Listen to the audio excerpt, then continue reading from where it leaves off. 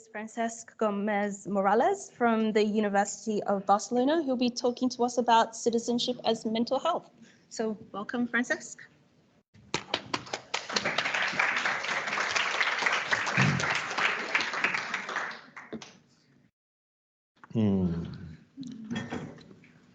Well, my name is Francesc Gomez Morales, and today I learned from Hilda and Filani that what I do for a living is called peer researcher, which I didn't know. Also, Andrew called it life experience researcher. So I was just doing research, and I was hired because I had an experience, but I never thought like I should have a proper name, so I'm happy. I also work as a peer support worker, both in private, with private clients and in a public institution. And I have a little practice, which is something like uncommon. I discovered here that it's not very common that peer support workers, they do like private things, but I'm just exploring, you know, it's like we are learning. And today in this talk, I will also present something that we are learning. So there's no definitive teaching here. It's just like open up for discussion. I work in University of Barcelona with Francisco José Iroa Orosa, which many of you might know.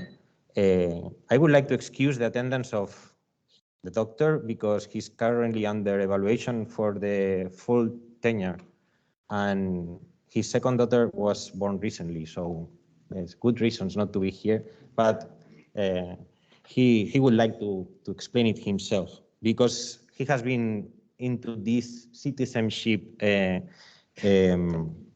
area for 5 years now. Well, we received funding from the Spanish government, which is amazing that they gave some money in the Ministry of Science for something that is qualitative because it's not considered science so many times. So we were like quite surprised that they were giving us money for doing focus groups and consider that science. So it's such an amazing, so this grant allowed him to hire me. And in this process, he set as a requirement to be a peer support worker and have like life experience. So he was actually asking for a peer researcher. So now we know. Well, as I said, everything that I will explain is open for discussion, and we are very interested in your feedback. We can share with me here, or Dr. Eiroa will be very happy to receive your email, so it's very easy to find him online. Well, I will start with a very personal trip through history of mental health. So this is citizenship as mental health, but we will start with this trip. At some point in the history, we had this obsession with custody. This is what we could do with people that they were diverse, like we just chained these people. And always we have some kind of advance in the thinking and in the technical area, and this helps us to reshape our focus. So here you have a Pinel that is freeing the madmen in Salpêtrière Hospital. And this is coming from the advance that we did in the French Revolution, like having these concepts of freedom, equality, and fraternity. So and up to now, we are still applying this because we still do these forced restrictions and stuff like this. But thanks God, we managed to move. And then at some point, we were, as a society or like researchers, they were very obsessed with physiology and trying to explain reasons why people, they were like this. So we did this focus on symptomatic remission. Like in the 19th century, we tried to understand. And then in the 20th century, we managed to find some drugs that they were altering all these symptoms and experiences. So then we are still in this wave of this obsession with finding these kind of things, no? And yeah, there is a lot of debate here. If I don't want to get in. I'm not saying it's good or bad. It's just like a fact that the adoption of these psychoactive drugs and psychotherapy change the way mental health looks. Then at some point we discovered that job and actions, they were not like a curse, but they were like some kind of source of meaning and identity. So we focus on rehabilitation, like reintroduction to society. You have to do something with your life. Maybe just a gardener, which is the typical thing that it seems that when you have a mental problem, like being a gardener is something that, but at least you do something, no? So we had this focus on that. And then at some point, also thanks to new developments, like for example, the improvement in communications, like the fact that we can communicate with each other, like this was in the helping to focus in personal recovery. And I want to say personal recovery because recovery is not only personal, but somehow we ended up like putting a lot of, focus on the personal part. And recovery is very wide. And sometimes when you put this focus on the personal thing, at some point you stop and think like, well, but why personal recovery? To do what? To become who? To start when? Express how? And here is when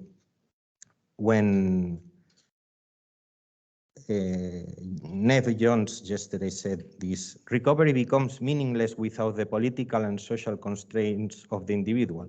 I mean, and our proposal for this is citizenship. Like maybe we should focus on citizenship. Maybe this model that was proposed by Michael Rowe in the University of Yale could help us to bring recovery not only to the personal area, but also to the social.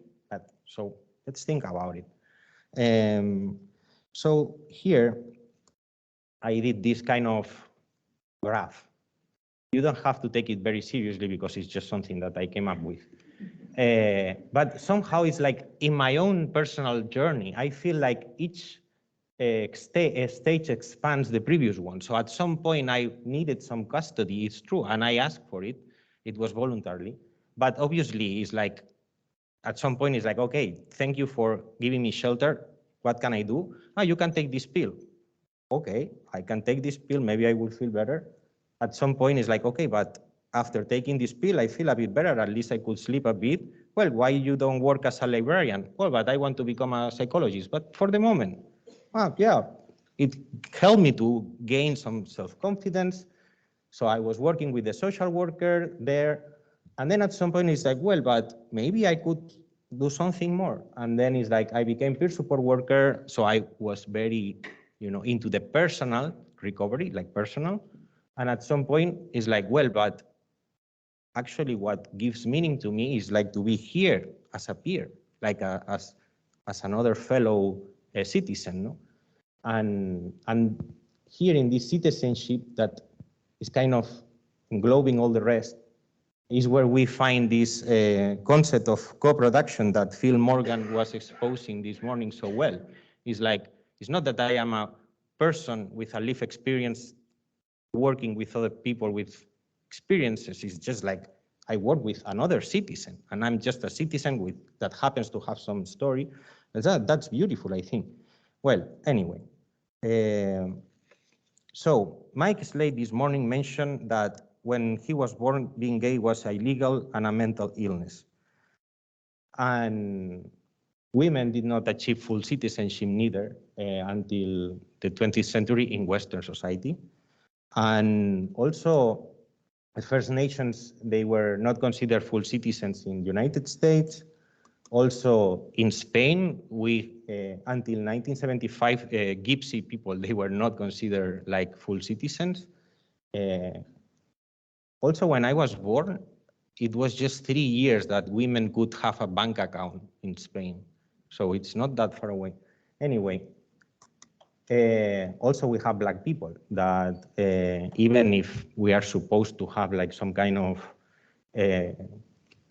not anymore this racial segregation, but we have de facto some problems that are evident. Anyway, the thing is that what I want to say here is that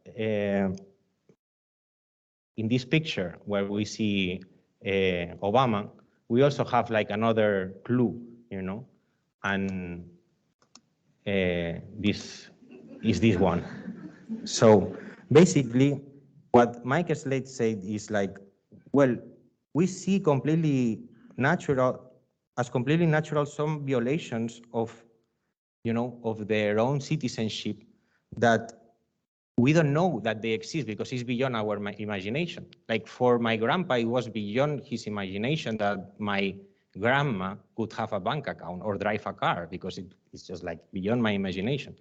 So I think that somehow here with citizenship, we might, in this journey, we might find that people with mental health experiences, they are like, you know, not having full citizenship in a way that we cannot even imagine, no?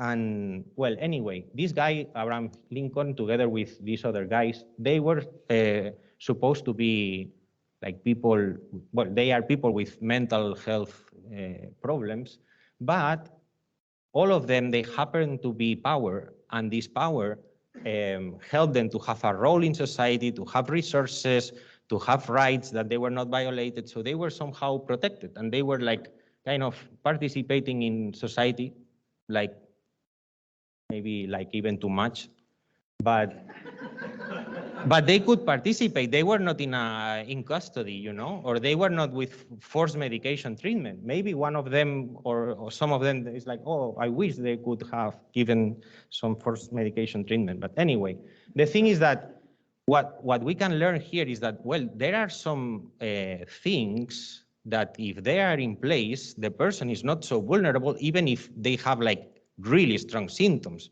because Churchill had really strong symptoms, or well, any of them. Anyway, as I said before, this is the model, like this 5 R's model that Michael Rowe proposed, and that we are gonna try to validate also in Spain, we are doing now the focus groups, right, trying to create this tool to measure this construct of citizenship. And basically, rights is very much aligned with the talk of Michel Funk this morning about CRPD rights. That's one way of understanding it. Responsibilities is to taking responsibility according to the abilities and assessing risks by themselves also, like not from external point of view, that this is what we were also analyzing this morning. Roles are these contributions that we do, that they have to combine our preferences with whatever is needed in society. Resources, get and managed by themselves, and relationships, which is very much connected with this connectedness of the Chime model, okay? Actually, I developed this little thing. At the end, it's like, as a citizen, we can demand, or we should demand, these rights and resources, because if we don't have rights and we don't have access to resources, which hope you can have? It's very difficult that you have hope if you don't have this. But if you give me rights and resources, what can I offer to you, like the right side? Well, I can offer to take responsibility for something and to have a role in the society. And that's basically a way of understanding empowerment in the Chime model.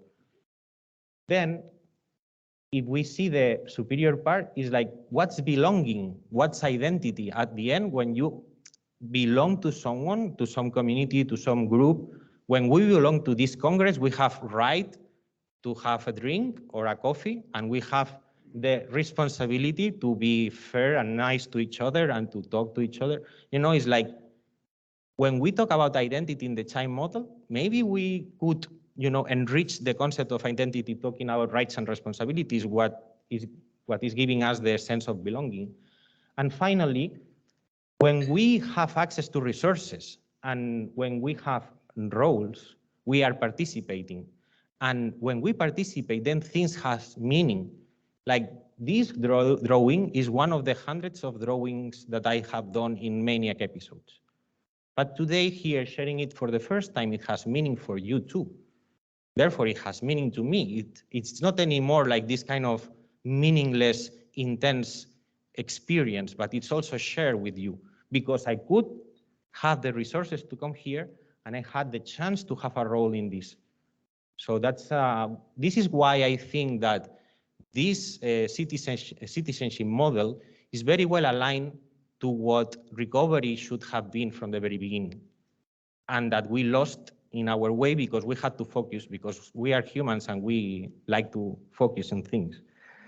Anyway, what about symptoms? Well, suffering is real, can be an obstacle for full citizenship, but we already saw many times in this gathering that symptom-focused mental health care system is failing. So, on top of that, the World Health Organization, when they are defining mental health, they are not using symptoms anywhere. They are talking about the state of well-being, realizes her own potential, can cope with normal stress. Like, it's very like, I don't know, it's not talking about, it's talking more about these 5 R's that I was mentioning before, if you look at it. This is why our proposal, and the thing that I would like to discuss with you, is that instead of flipping the tortilla, that this is the famous tortilla of Spain, like when in Spain, when we do tortilla, at some point we do like this, and then we flip it, no? So it's just flipping it. It's like, nowadays, if you talk with a specialist, it's like, well, you know, we have to reduce the symptoms, we have to make the quality of life. And then, of course, like rights are a determinant, you know, like, yeah, we have to consider rights, we have to consider roles, we have to consider resources. Well, we propose and we are gonna try to explore in the next 3 years, like what happens if the main outcome of any mental health intervention is citizenship. So it's just like, I measure if this person has improved in their rights, in their resources, in their roles, in their responsibilities. And of course, I will take into account as a determinant if it happens to have any symptom. It's okay, I will take it into account, but it's not the main outcome. That's quite difficult to do, I think. We don't know if we are gonna succeed, but you know, we are here to try, so that's it. So, I think that this is everything I wanted to say, and luckily we have, how many minutes? Quite a few, so happy to hear your opinions.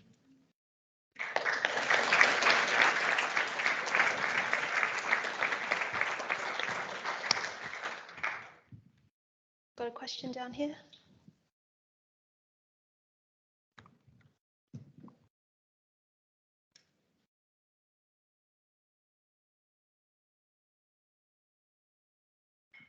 All right, thanks. That was a really great presentation. I have a question, which is when we think of kind of who historically has been subject to the absolute most kind of stripping of rights and what we would normatively think of as citizenship roles, and to a large extent that remains the case. So, kind of people who are, unhoused on the streets, experiencing not just acute but ongoing psychosis. And my question is kind of the way that citizenship is formulated, if there isn't a risk of a kind of assumption of capabilities, abilities, ways of being in the world that are not equally possible for everyone, and what that means then for people who kind of fall outside of those capabilities. Yeah. Well, the funny thing is that Michael Rowe came up with all this theory working with homeless people, so which are supposed to be like, well, you don't have anything, I give you accommodation, food, and a job, and then after a few weeks they are back on the streets. And then he was surprised because he managed to gather a lot of funding for this, and that was an unexpected outcome.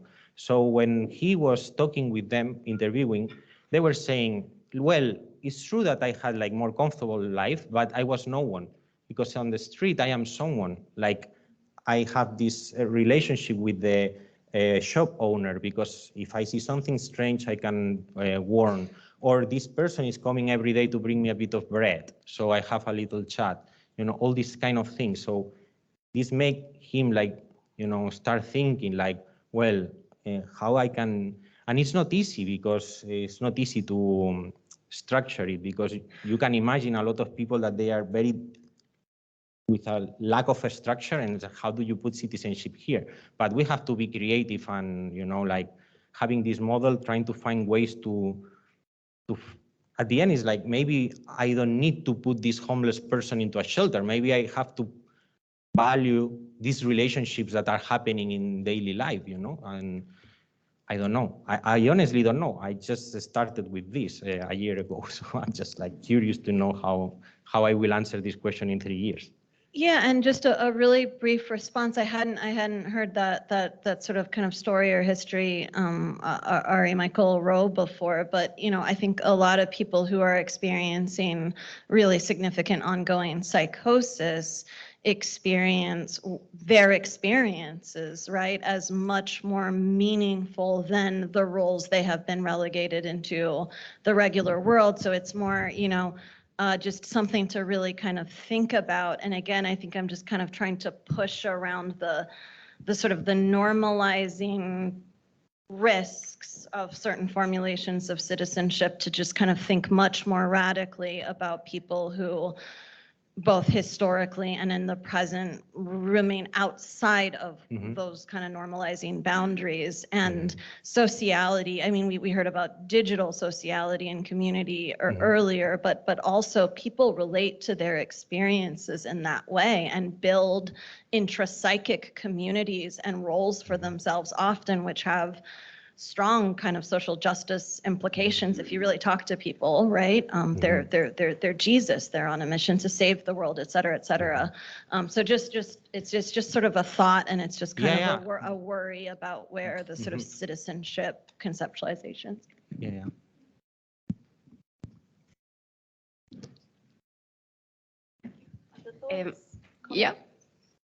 very briefly. Thank you so much for your presentation. Today, I think we have been talking about how different concepts are used in different cultural contexts. So my experience with recovery in the UK is that we don't focus as much in the idea of citizenship, even though it's an element of it. And it was really nice to hear about how in Spain, in the region where you work, citizenship is an important element of recovery. So my question is whether you could tell us more about the concept of citizenship more broadly in the context where you work in Spain, but particularly in Catalonia. So this is something that my feeling is that perhaps is more relevant in that particular cultural context of Spain. No, it's just experimental. It's like we are just, well, we were in touch with Michael Rowe, and we are trying to reproduce some of his findings and intuitions in our Spanish setup. And this project we have for 1 year, we will be introducing and doing workshops to the mental health professionals about these concepts. So our scope here is just to introduce this thing that we feel that it might be needed, because recovery is not very popular, and the little popularity it has is very personal recovery. So we feel like in Spain we need also to introduce these concepts, and we don't know exactly how it's going to be or what is going to be exactly the outcome. This is what we are doing now with the focus groups. So actually here is like we are just presenting like, we want to go in this direction, wish us luck, you know, and that's it. But anyway, and regarding this thing, you said something interesting about people that they have radical experiences, like being Jesus, for example. Like we have to find place for Jesus in society. Like this Jesus, they are like, and the thing is that the narrative of the Christian narrative, the second coming of Jesus is included in the second narrative, in their own narrative. It's like, but they didn't say that it should be coming just one person. So we have to be creative in finding ways of including these narratives into our own narratives.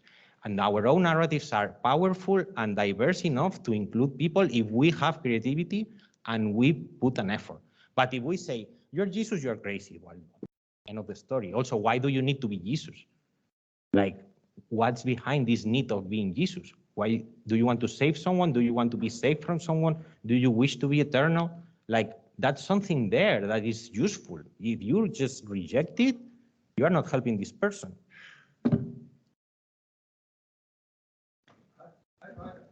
Sorry, do you mind just waiting for the mic?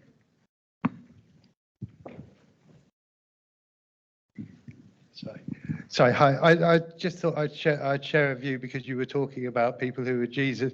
So I've spoken to a number of service users who have sort of said that they're Jesus and talked to them about their beliefs. And to be fair, what they're talking about, the problems that they see mankind and the solutions all seem fairly reasonable. What seems a little bit crazy is their notion that people are going to listen to them and take them seriously. And I think actually the problem, as you're saying, we should be engaging with people who think that they might be Jesus to find out what they want and talk to them about how they might be able to sort of achieve those things other than just sort of having this identity. Yeah, would be, yeah.